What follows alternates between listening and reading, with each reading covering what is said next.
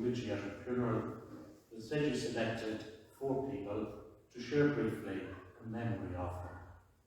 So I invite Angela, Andrew, Joseph and Patrick to share the memory of Margaret.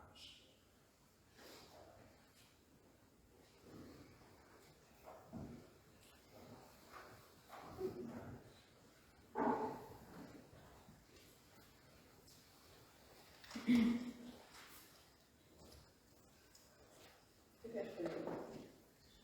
I just want to say first, before I start reading from my script, because I won't be able to get through it if I don't read it, that it is really heartwarming to see this church filled to honor my aunt and for all the people who came to the hospital and came to their house yesterday. Thank you so much. The stories you told and the memories you shared mean so much to me and my family. So again, I apologize for reading, but there's no way that I'll be able to talk off the cuff here. So thank you all for attending this Mass for my beloved godmother and aunt, Margaret Karan.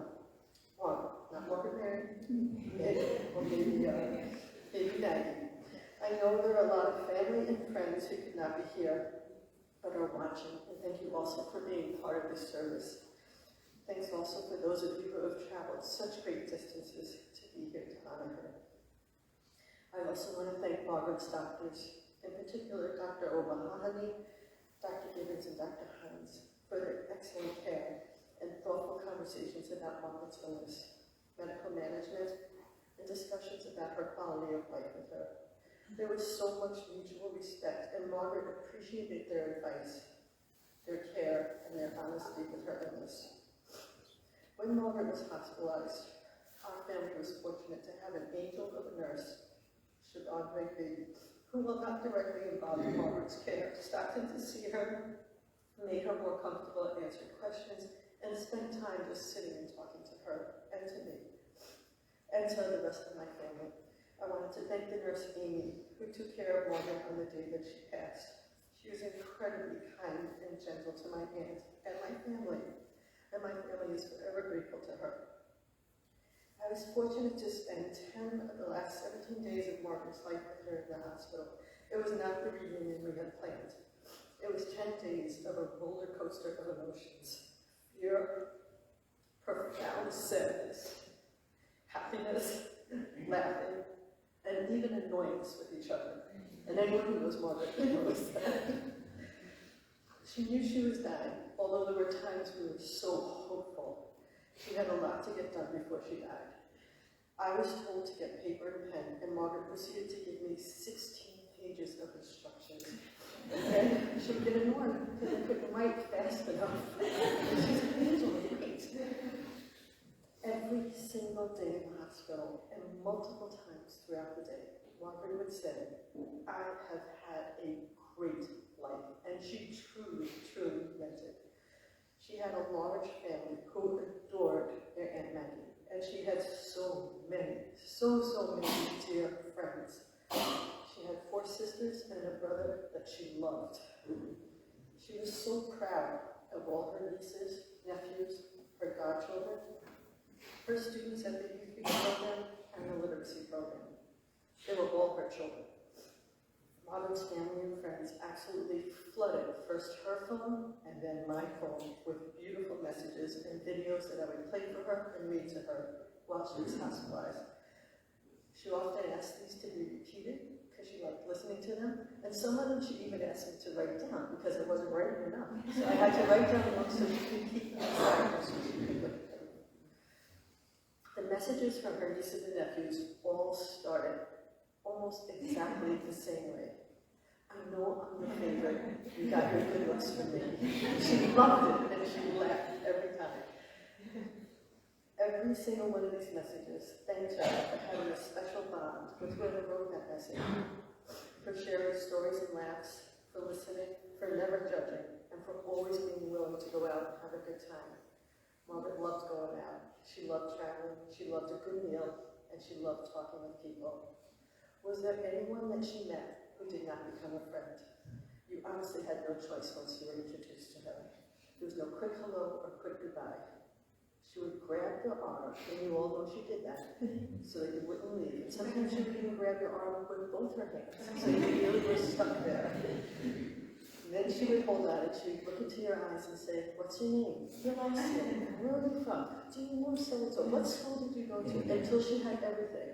She did this even, she always had a connection, and she even did this with the nurses and doctors in the hospital. If they thought they were getting out of the room fast, they weren't. She knew who was married, she knew how many kids they had, she knew what town they were from. She knew everything about them, and she never, ever forgot a name. I think that is why we all felt we had a special bond with her.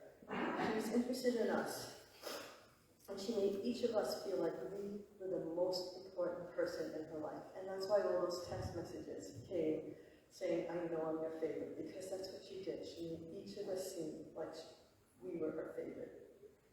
The COVID pandemic has been cruel in so many ways. Margaret was housed out for over 100 days because she was so vulnerable.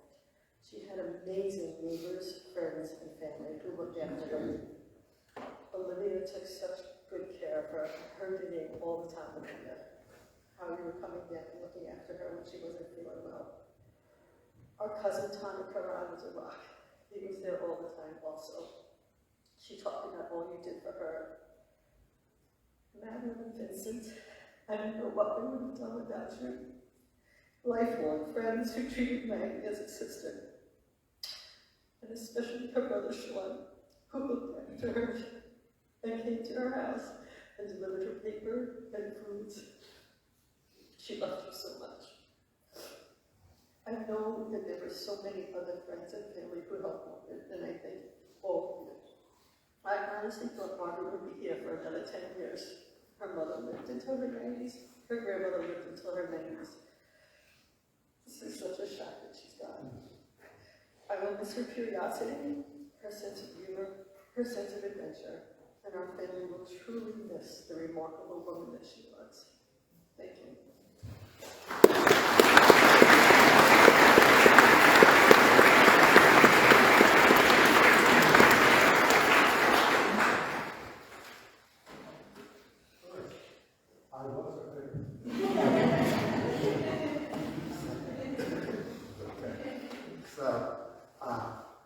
Thank you for all coming today to celebrate Maggie.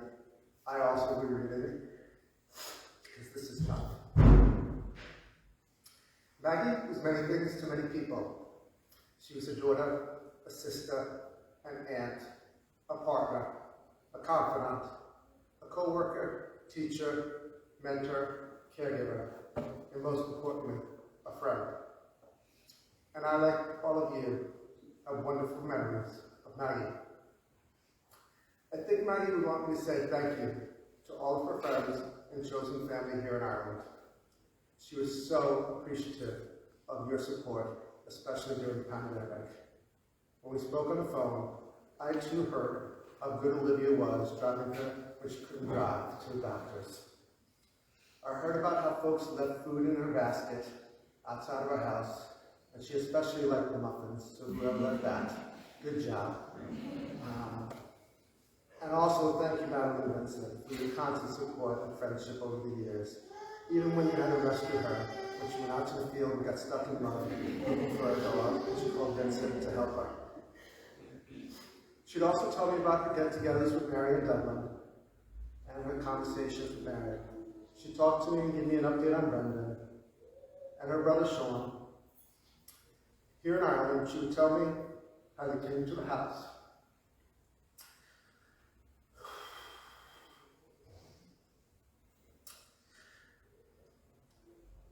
To help out with the garden, bring groceries, and plan this and that function.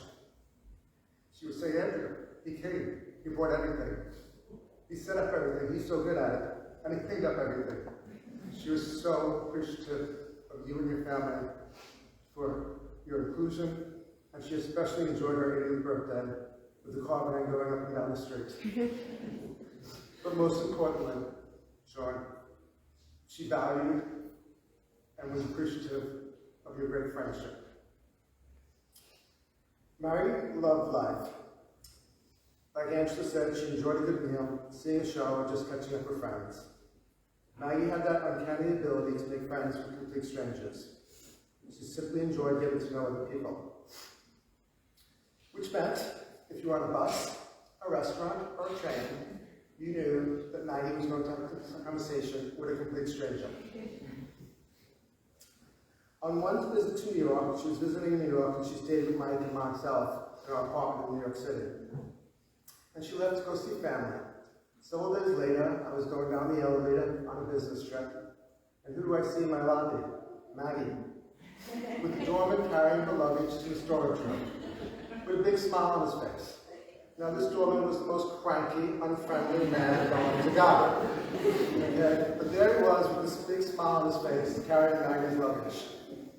When I came back from the business trip, he made sure to ask about her.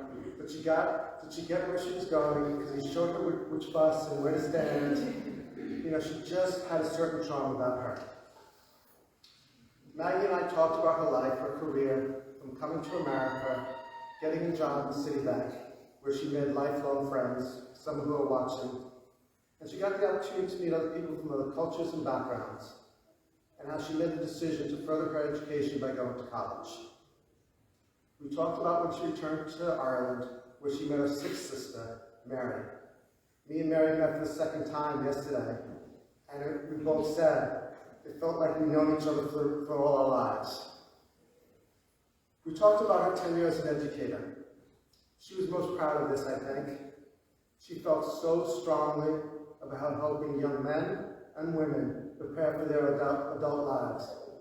No matter where they came from or what their family background was, she was determined that they had a chance to succeed, and she even opened up her own home for those who needed a place to stay. She simply did what had to be done to give them opportunities.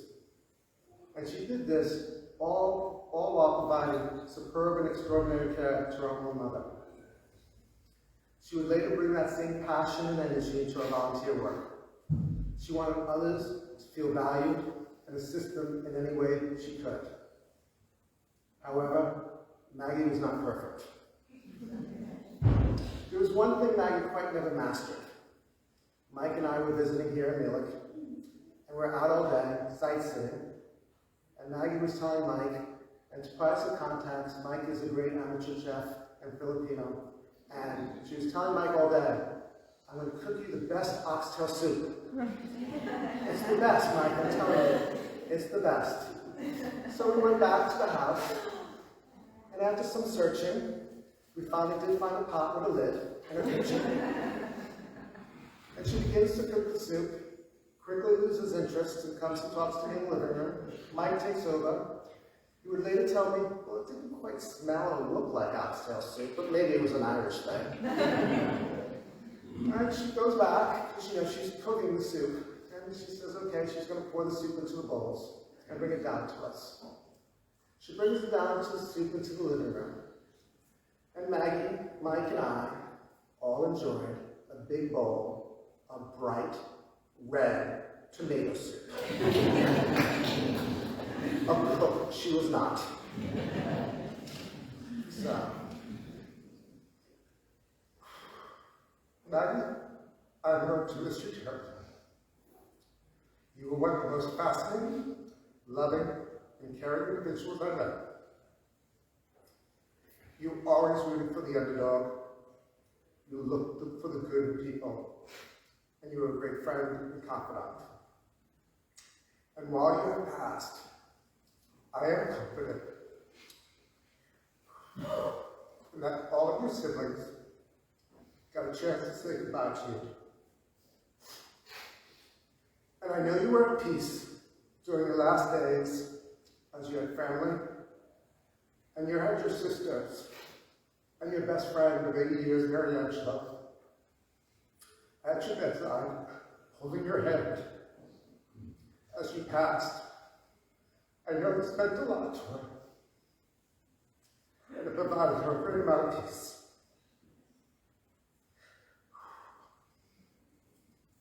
I imagine you being greeted in the afterlife by the ones that have preceded you. Your parents, lifelong members of this church, Margaret and Andrew, Your Aunt May and Josie were so good to you when you went to Ireland, went to America. Your cousins, Margie, your grandnephew, Connor, and your many, many, many friends. And I know you won't be limited by your earthly elements now, and somehow I'm so confident that your social calendar will be filled for all of eternity. If we take anything away from today's celebration, it should be that Maggie lived life to the fullest, and she appreciated all her friends and family. As she told me on her last visit to America, when she came out to see one of her favorite nieces' wedding,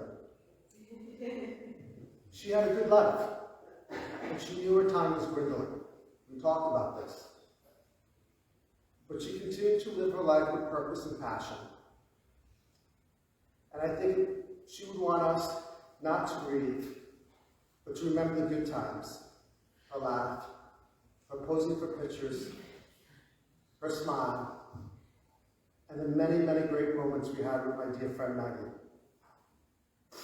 And I know a little bit of Maggie grows in each of us. How could it not? We were so fortunate to meet her. She was simply the best. Maggie,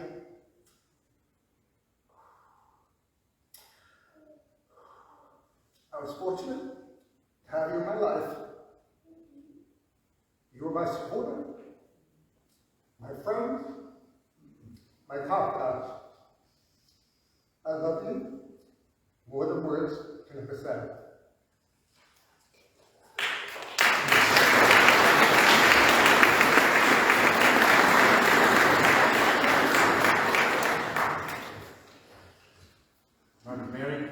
Margaret, Maggie, or Maggies, she was known to Maggies, was an extraordinary and very special lady. If we were trying to summarise Margaret's life into a single sentence, it would be that Margaret was first and foremost a good Samaritan. She helped all those who came into her life. She mentored and guided us to be better people, to love more, to forgive more, to laugh more, and to smile. Margaret was a listener, a mentor, a mediator, an educator, a companion, a good friend, and the best auntie we could have ever wished for. She was someone you really wanted to spend time with. You just knew that time would be full of merriment, warmth, and love. People like Margaret are too few. There's a great sadness we say goodbye. We were privileged to have had such a special lady in our lives. Margaret, so long. I was married aboard that.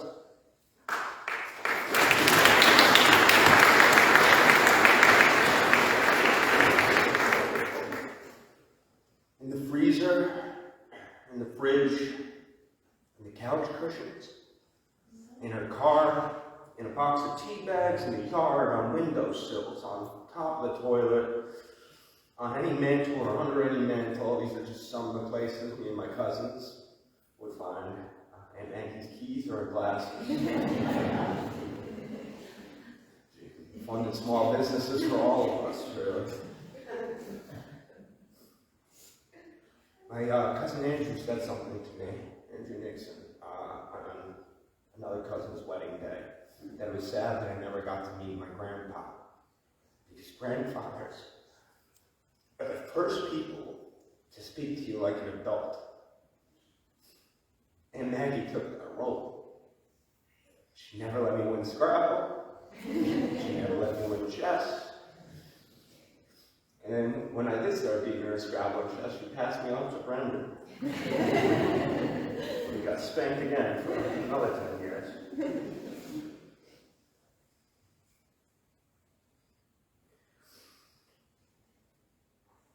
And Maggie taught me a lot of things, but the one thing that she taught me in life that I feel like not a lot of people know is the difference between happiness and joy. Happiness is a temporary state. It comes from chasing goals, but it's fleeting. As soon as you accomplish it, it's gone. Joy can only be gotten from having a good sense of purpose, and that's why I want to thank all the people she worked with at the school, and Brendan. Those students were the proudest thing that she's ever accomplished.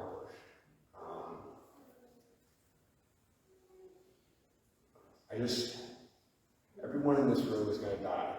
That's a guarantee, unfortunately. But not everyone in this room is going to live. So if there's one thing that Maggie would want all of you to do is live. In the moment, smell the roses, enjoy life. Sometimes it's the simple things. I miss you so much. I wish I could. One more song.